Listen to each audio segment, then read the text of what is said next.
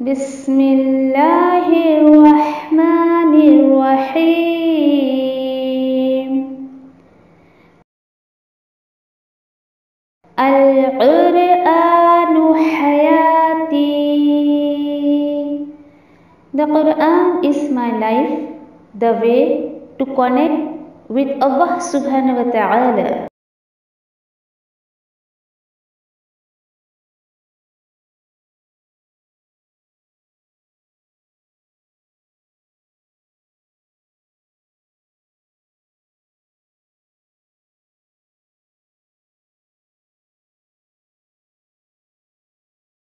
अभी शायद में अल्लाह सुब्हानहू तआला स्पेशली क्या मैसेज दे रहे हैं। तुम मेरे बारे में बदगुमान होते हो, तुम ये सोचते हो कि मैं तुम्हें पैदा करके मैंने यूं ही छोड़ दिया दुनिया में, तुम्हारा कोई सजा नहीं होना। नहीं, असल बात यह है कि तुम ठीक है जुटला लो, लेकिन डेफिनेटली सजा और सजा के लिए कयामत का दिन तो वाक़ई होना ही होना है। वो अल्लाह सुब्हानहू तआला जो है वो वाक़ई करेंगे। और फिर उसके बाद देखिए कि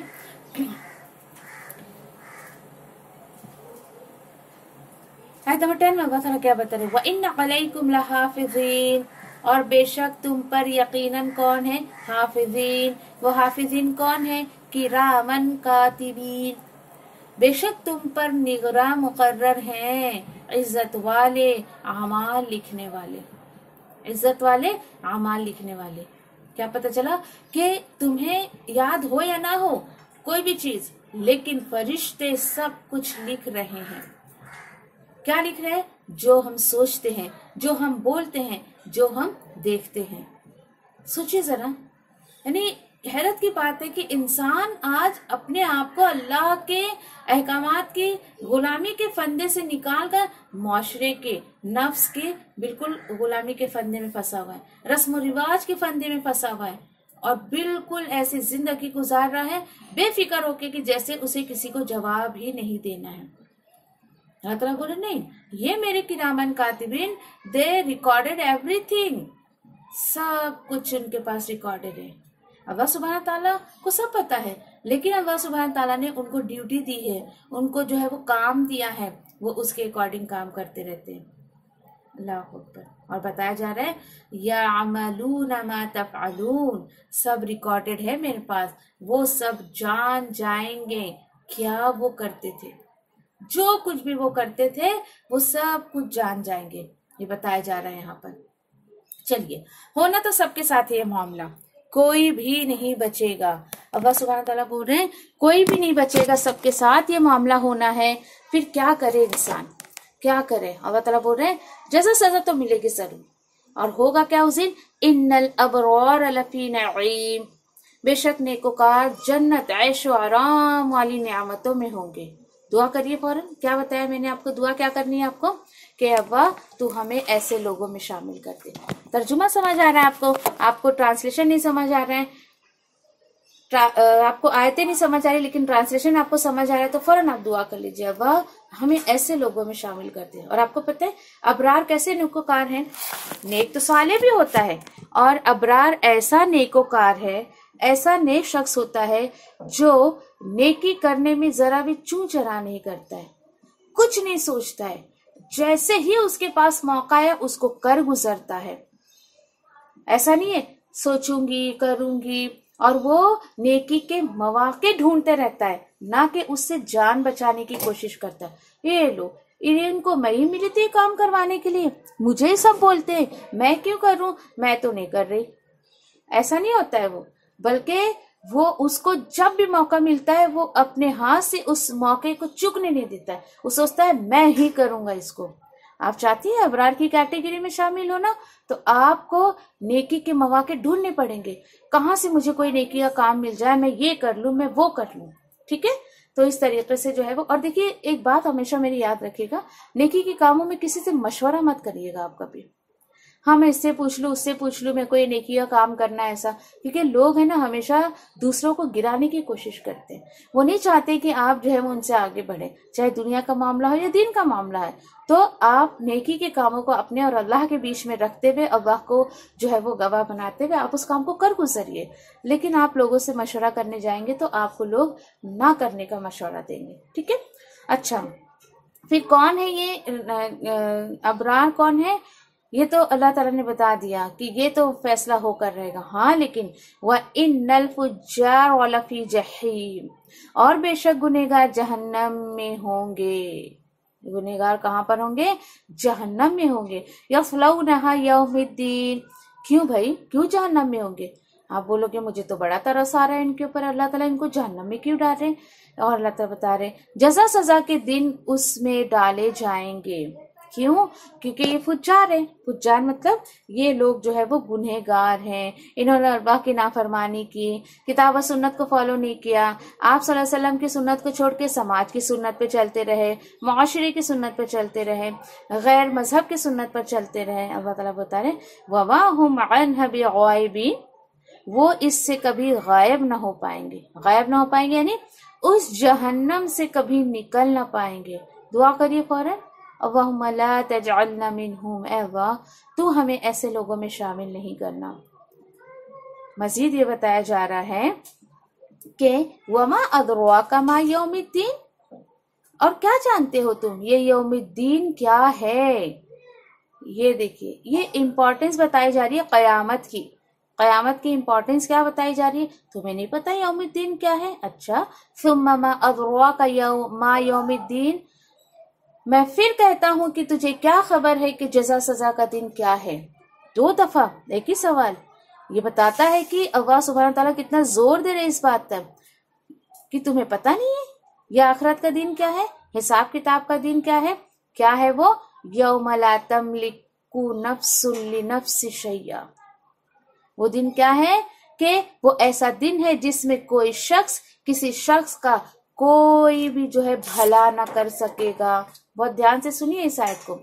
कोई भी शख्स किसी को कुछ काम नहीं आएगा। ये मैं नहीं बोल रही, ये अल्लाह सुब्हानहू तआला जो है वो सूरह इंफितार की आयत नंबर 19 में खुद कह रहे हैं।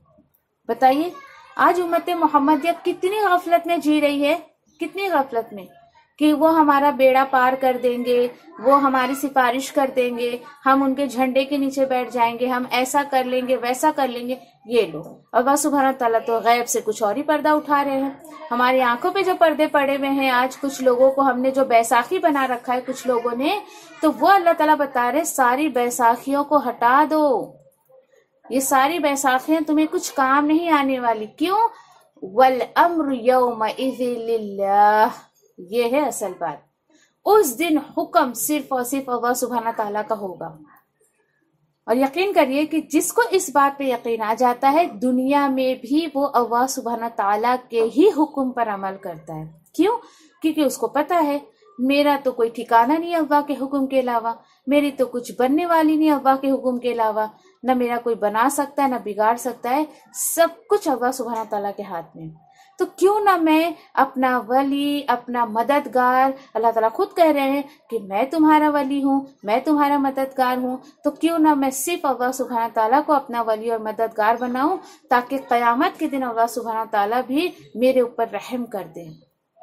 अब देखिए ये जो बात बताई गई कि उस दिन कोई किसी के काम नहीं आएगा, इस पर रसूल अल्लाह सल्लल्लाहु अलैहि वसल्लम ने अपनी फूफी हज़रत सफिया रज़ियल्लाहु तआला अन्हा और अपनी जो है वो साहबजादी हजरत फातिमा रज़ियल्लाहु तआला अन्हा को जो है वो फरमा दिया था, ला अमलिकु लकुम मिनल्लाहि शैया, यानी कयामत के दिन तुम्हारे लिए अल्लाह के यहाँ मेरा कोई इख्तियार नहीं होगा, मेरे हाथ में तुम्हारी कोई डोर नहीं होगी कि मैं तुम्हारा वालिद हूँ, मैं तुम्हारा भतीजा हूँ तो मैं तुम्हारे लिए कुछ कर सकता हूँ। नहीं, मैं कुछ नहीं कर सकूंगा तुम्हारे।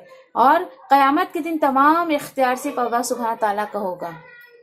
कब्र खुद कहती है चीख चीख कर, पुकार पुकार कर कि मैं हसब नसब नहीं जानती हूँ, मैं तो सिर्फ अमाल जानती हूँ। तो कोई ये कहे मेरे शौहर आलिम है, मेरा बेटा हाफिज है, मेरी बेटी आलिमा है, वो है जो है वो उनको काम आएगा। आपको कुछ उनका ऐसा किया हुआ काम नहीं आने वाला है। आप अपने अमाल के बेस पे जो है आपके साथ मामला किया जाएगा, उनके अमाल के बेस से उनके साथ मामला किया जाएगा। तो अल्लाह सुब्हान ताला से क़यामत की सख्तियों से, क़यामत के दिन की सख्तियों से जो है वो पनाह मांगिए और अल्लाह सुब्हान ताला से आसानी मांगिए कि अल्लाह सुब्हान ताला वो दिन हर मोमिन के लिए आसान करें, मेरे लिए, आपके लिए, हर सुनने वाले के लिए जो है वो दिन आसान करें। और यही दुनिया में ही हमें जो है वो ऐसे कामों की मौक़े दे अल्लाह सुब्हान ताला कि वो दिन हमारे लिए बहुत आसान हो जाए। अल्लाह सुब्हान ताला अपनी रहमत से जो है वो जन्नत में दाखिल कर दे और जहन्नम से बचाते हुए, ऐसी दुआ हमें करनी चाहिए, अल्लाह तो जहन्नम से बचाते हुए हमें जन्नत में दाखिल कर दे इंशाअल्लाह, आमीन या रब्बी। ठीक है, तो अल्लाह के हुक्म से सूरह इन्फितार हमारी जो यहीं पर मुकम्मल हुई। ओके, सुब्हानल्लाहि व बिहम्दिही, सुब्हानक अल्लाहुम्मा व बिहम्दिका, नशहदु अल्ला इलाहा इल्ला अंता, नस्तगफिरुका व नतूबु इलैक। सुब्हान रब्बिका रब्बिल इज्जति अम्मा यसिफून व सलामुन अलल मुरसलीन वल्हम्दुलिल्लाहि रब्बिल आलमीन बिरहमतिका या अरहमर राहिमीन।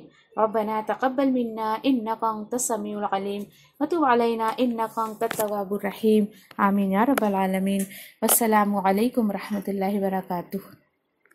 अस्सलामु अलैकुम रहमतुल्लाहि व बरकातुहू। नहमदुहु व नुसल्ली अला रसूलिहिल करीम, अम्मा बाद। अऊज़ु बिल्लाहि मिनश शैतानिर रजीम, बिस्मिल्लाहिर रहमानिर रहीम। रब्बिश रहली सदरी व यस्सिरली अमरी वहलुल उक़दतम मिन लिसानी यफ़क़हू क़ौली। रब्बी यस्सिर वला तुअस्सिर व तम्मिम बिल खैर व बिका नस्तईनु या फत्ताह। रब्बी ज़िदनी इल्मा, अल्लाहुम्मा फ़क़्हिना फ़िद्दीन, आमीन या रब्बल आलमीन। ठीक है, कैसे हैं आप सब? खैरियत से हैं? अल्हम्दुलिल्लाह। ओके, इंशाल्लाह तीसरे सिपारे में आज जो है हम सूरतुल इन्फितार इसको देखेंगे इंशाल्लाह। और इन्फितार कहा जाता है किसको? फट जाने को। और बिल्कुल आपको ये मिजाज, जैसे कि मैं बार बार हर सूरत के शुरू में आपसे कहती हूँ कि बिल्कुल एक और यानी समझिए सूरत में एक और क़यामत का जो नक्शा खींचा जा रहा है। ठीक है, अल्हम्दुलिल्लाह, अल्लाह का शुक्र है कि हमारा ईमान है कि क़यामत होगी, लेकिन हमें ये सोचना है कि उस दिन इंसानों के साथ क्या मामला होगा, क्या होगा इंसानों के साथ। ये देखिए कि इंशाल्लाह जब आप इसको जब पढ़ेंगे ना तो आपको ऐसा महसूस होगा आपको कि जैसे कि हमारे सामने कोई आईना है और अल्लाह सुब्हानहू ताला ने पूरा क़यामत का मंजर जो है हमें दिखा दिया है। अल्लाहु अकबर। देखते हैं इंशाल्लाह। अऊज़ु बिल्लाहि मिनश शैतानिर रजीम, बिस्मिल्लाहिर रहमानिर रहीम। इज़ा समाउ फ़तरत व इज़ल कवाकिबु तसरत व इज़ल बिहारु फुज्जिरत व इज़ल क़ुबूरु बुअसिरत अलिमत नफ्सुम मा क़द्दमत व अख़रत। जब आसमान जो है वो फट जाएगा और जब सारे सितारे जो है वो झड़ जाएंगे और जब समंदर बह निकलेंगे यानी सबका जो पानी है एक ही समंदर में जमा कर दिया जाएगा। फिर अल्लाह सुब्हान ताला जो है वो यानी कि उसमें एक आग भड़का देंगे। और आयत नंबर 4 में अल्लाह ताला फरमा रहे हैं, और जब कब्रें उखाड़ दी जाएंगी या उनकी मिट्टी जो है वो पलट दी जाएगी, होगा क्या? इतने कामों के बाद, यानी ये इतना अमल जो होगा उसके बाद अल्लाह सुब्हान ताला बता रहे हैं उसके बाद होगा क्या? अलिमत नफ्सुम मा क़द्दमत व अख़रत। उस वक्त हर शख्स जान लेगा उसने आगे क्या भेजा है और पीछे क्या छोड़ा है। सोचिए जरा, ये जो बताया जा रहा है आसमान फट जाएगा, सितारे झड़ जाएंगे, समंदर बह निकलेंगे, तो अगर सोचिए कि अभी ये मामला अगर हमारे साथ हो जाए तो फिर क्या बनेगा हमारा, क्या होगा हमारा? बताइए जरा। सोचने की बात है कि अब तक क्या मैंने कुछ किया है, क्या अब तक मेरी कोई नेकी है ऐसी कि अगर ये मामला अभी मेरे साथ हो जाए तो फिर मेरा क्या होगा? या रब्बी, देखिए यहाँ पर जो एक बहुत ज्यादा जो है आपको जो ये मंजर दिखाए जा रहे हैं यहाँ पर, तो यकीन करिए कि कुछ लोग तो यानी इस तरीके का जो मंजर होता है नॉर्मली जो बनावटी, कहीं देखिए आप घूमने फिरने जाती हैं जिसको भूत बंगला कहा जाता है, वहां पैसे दे देकर लोग जो है वो इस मंजर को देखते हैं, पता है आपको। यानी इस तरीके की जो मंजर जो पेश किए जा रहे हैं या अल्लाह सुब्हान ताला ने जो है वो, तो मेरे और आपके सोच का मकाम क्या है यहाँ पर। हम ये सोच रहे हैं कि ये जिस कुरान में मंजर पेश किया जा रहा है, जिससे मुझे इसकी हकीकत पता चली है, वो मेरी जिंदगी में मेरे कितने करीब है, ये सोचना है हमें। यहाँ दो बातें आज अमल की लेकर जाइए आप, माक़द्दमत व अखरत। माक़द्दमत से मुराद क्या है यहाँ पर, यानी यहाँ पर ये है कि ये देखिए आप कि वो जो मेरी आखिरत की जिंदगी है उसके लिए मैंने क्या जमा किया है, क्या जमा करके रखा है मैंने, और उसके बाद वो कौन सी चीजें हैं जिसमें मैं ताखीर करती हूँ, जिसको मैं करने में कोताही करती हूँ। कोताही करती है नहीं, सोचें, देखिए जैसे फॉर एग्जाम्पल कि आपके पास नेकी का मौका आया, अगर आप ऐसा कहती हैं सोचूंगी करूं क्या नहीं करूं, इससे पूछ लूं उससे पूछ लूं, उसके बाद मैं सोच के बताती हूँ मुझे करना है या नहीं करना है। हैरत होती है मुझे ऐसे लोगों पर कि उनके सामने नेकी करने का कोई मौका आता है और वो बिल्कुल इफ एंड बट्स में पड़ जाते हैं, करें या नहीं करें।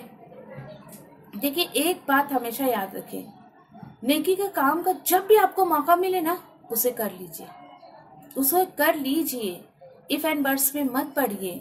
बिल्कुल भी मत सोचिए कि बाद में करूंगी तब करूंगी अब करूंगी, क्या पता अल्लाह सुब्हान ताला आपकी ताखीर की वजह से वो नेकी आपसे करवाना पसंद ना करे, तो फिक्र करिए अपनी। अब देखिए कि आपके हाथ में अगर इस वक्त कुरान, जैसे कि मेरे हाथ, मैंने जो कुरान अपने सामने रखा है, अगर मैं उसको अगर मेजर करूं उस डिस्टेंस को, एक बालिश का फासला है मेरे और कुरान के बीच में जो मैंने ऐसे टेबल पे रख रखा है, तो आप ये सोचिए कि जब यानी कुरान एक बालिश दूर है मुझसे, तो मेरी अमली जिंदगी में ये मुझसे क्यों इतना दूर है, अमली जिंदगी में क्यों दूर है। सोचते नहीं आप लोग कभी इस चीज को कि जब मैं कुरान पढ़ती हूँ या मैं उसमें कुछ देख रही हूँ तो कितना करीब रखती हूँ, लेकिन जब उसको अमल में लाने की बात आती है तो मैं क्यों दूर हो जाती हूँ उससे। ये सोच, ये फिक्र लेकर जाइए। और देखिए कब्र से जब दोबारा इंसान उठाया जाएगा, अल्लाह ताला बोल रहे हर नफ्स ये जान लेगी, अपने आप को भी रख कर देखिए, क्योंकि इंसान है, अल्लाह सुब्हान ताला ने जिंदगी दी है तो मौत भी आएगी इंशाअल्लाह हमें, और मौत आएगी उसके बाद अल्लाह सुब्हान ताला दोबारा हमें जिंदा भी करेंगे इंशाअल्लाह। अल्लाह सुब्हान ताला सबके लिए आसान करे वो दिन इंशाअल्लाह। फिर उसके बाद देखिए कि इंसान को क्यों इतना नेकियों पर अमल करने को जो है वो मुश्किल लगता है, क्यों वो अल्लाह के रास्ते में कुछ कर नहीं पाता है। मुझे वाकई हैरत ऐसे लोगों पर भी होती है बहुत ज्यादा कि आप उन्हें अगर आधे घंटे के अगर अल्लाह के कलाम को सुनने की दावत दें, दुनिया के बहाने आपके सामने रखेंगे, ये मेरा ये काम का वक्त है, मैं इस वक्त बिजी रहती हूँ, मेरा ये है, मेरा ये शेड्यूल है, ये शेड्यूल है, अल्लाह अकबर। और जब ऐसे उनकी मसरूफियत आप पूछे, वो मेरा ये स्टडी चल रहा है, वो चल रहा है, वो है, ये है, ये है। आपने कभी कैलकुलेशन किया है? अल्हम्दुलिल्लाह कि हमें से अल्लाह का शुक्र है कि दुनियावी हर एक ने एक न एक जो है तालीम हासिल की है, कुछ ना कुछ हमारे पास एजुकेशन है दुनिया की भी, अल्हम्दुलिल्लाह। फॉर एग्जाम्पल कि अगर किसी ने ग्रेजुएशन किया है तो उस ग्रेजुएशन के लिए उसके 21-22 ईयर्स निकल जाते हैं। एक दुनिया का इल्म हासिल करने के लिए बीकॉम इंसान कर रहा है, एमकॉम कर रहा है, क्यों उसको पा लेता है, वहां तक क्यों पहुंच जाता है। सबसे मोस्ट इम्पॉर्टेंट चीज आप मुझे चैट बॉक्स में बताइए कि क्यों वहां तक वो 21-22 साल की स्टडी करके उस चीज को पा लेता है। वो क्या चीज होती है जो उसको वहां तक पहुंचा देती है, बताइए आप मुझे चैट बॉक्स में बताइए जल्दी जल्दी। दुनियावी तालीम को जो इतना यानी वक्त दे देते हैं, क्यों वहां तक वो पहुंच पाता है? क्योंकि उसके सामने एक गोल होता है, एक एम होता है, एक मकसद होता है। तो वो गोल, वो एम, वो मैं जवाब आपकी तरफ से चाह रही थी कि उसको हासिल करने के पीछे एक मकसद है। तो एक बात बताइए कि अल्लाह और कितनी उम्र लगा देता है उसके साथ, इतने इतने साल लगा देता है, जबकि आपको अल्लाह के कलाम को समझने के लिए तो 22-20 साल चाहिए भी नहीं। आप दिन में 1 घंटा अल्लाह के कलाम को दीजिए, only 1 or 2 years only. Depend आपकी मेहनत जिस तरीके से समझिए कि, और ये देखिए कि ये किताब जो मुझे कब्र में काम आने वाली, हर शे में काम आने वाली, उसको कोई अहमियत नहीं दी जाती है। तो ये हमें फिक्र होनी चाहिए ये कद्दमत व अखरत में, कि अभी आपके पास वक्त है।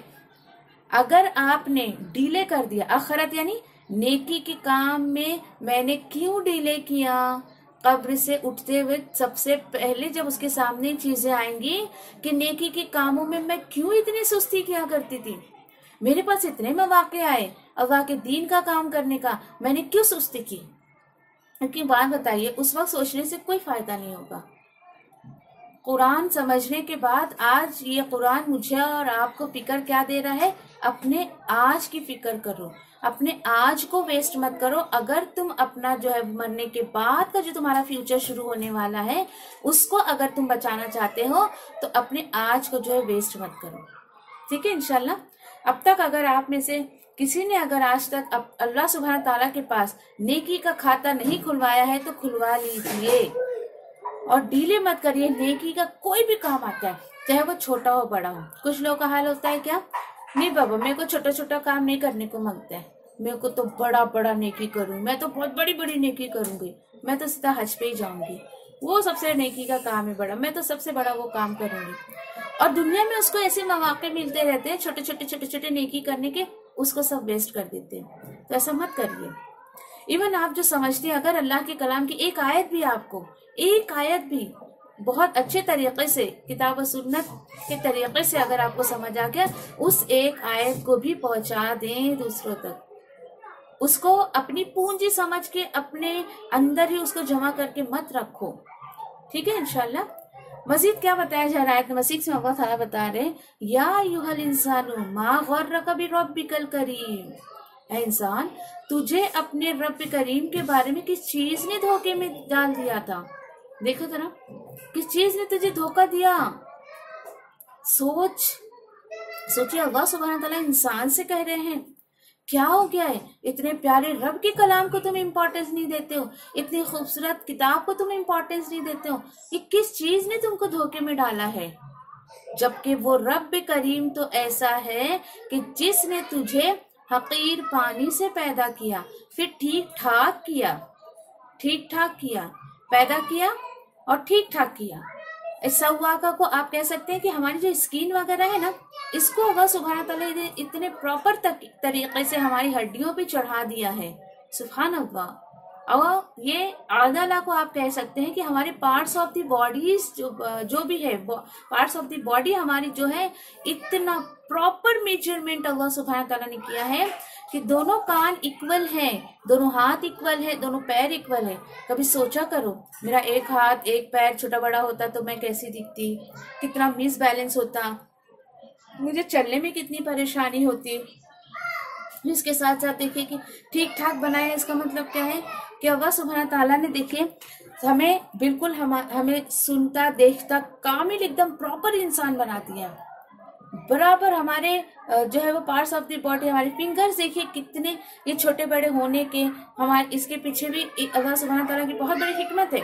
अगर ये सारे फिंगर्स इक्वल होते तो आप दूसरी चीजों को ग्रिप नहीं कर पाती, आप उसको पकड़ नहीं पाती सही से। गौर किया करो, देखिए इंटरनली ऑर्गन्स जो हमारे हैं, हम उसको तो ऐसे जाहिर हमारी आंखों से ऐसे फिलहाल तो नहीं देख सकते। मशीन में सोनोग्राफी अल्ट्रासाउंड कुछ कराए तो नजर आ जाता है कंप्यूटर्स पे, लेकिन जो बाहर नजर आ रहा है, आप मिरर देखती हैं, ये हमारी आंख है, ये हमारे हाथ, ये पैर, एक एक चीज को देख के अल्लाह की बहुत तारीफ किया करो, बहुत तारीफ किया करो, बच्चों को सिखाया करो। ये आंखें अल्लाह ने दी, इसका सही इस्तेमाल करो, ये कान अल्लाह ने दिए, इसका सही इस्तेमाल करो। गाने सुन सुन के अपने कानों को अजाब में मुब्तला मत करो, आंखों से गंदी चीज देखकर अपने आंखों को अजाब में मुब्तला मत करो। ये सीख हमारे बच्चों को हमें देनी है, बिकॉज दे डोंट नो। वो तो समाज जिस रुख में जा रहा है वो भी उसी तरफ चले जा रहे हैं, लेकिन हमें अपने बच्चों को जो है वो समझाना पड़ेगा। उसके बाद अल्लाह ताला बता रहे फी अय्यि सूरतिम मा शाअ रक्कबक, फिर जिस सूरत में तुझे चाहा तुझे जोड़ दिया। सुभान अल्लाह, कितनी प्यारी बात है। यानी जिसके चाहे, यानी कि एक दूसरे के जैसे अल्लाह ने बना दिया है और इंसानी शक्ल में ही अल्लाह ताला ने पैदा किया। ये सबसे बड़ी नियामत है अल्लाह की, अल्लाह ने इंसान बनाया है, अल्हम्दुलिल्लाह। सोचिए जानवर बना देता तो मैं भी बिल्कुल पता नहीं कहाँ जानवरों की उसमें पड़ी होती। तो अल्लाह का शुक्र अदा करिए। देखिए अल्लाह सुब्हान ताला ने आपको जो भी सूरत दी है उस पर अल्लाह का शुक्र अदा करिए। और कितने स्टेप्स में अल्लाह सुब्हान ताला ने इंसान की तख्लीक को बयान किया है, कितना 1 2 3।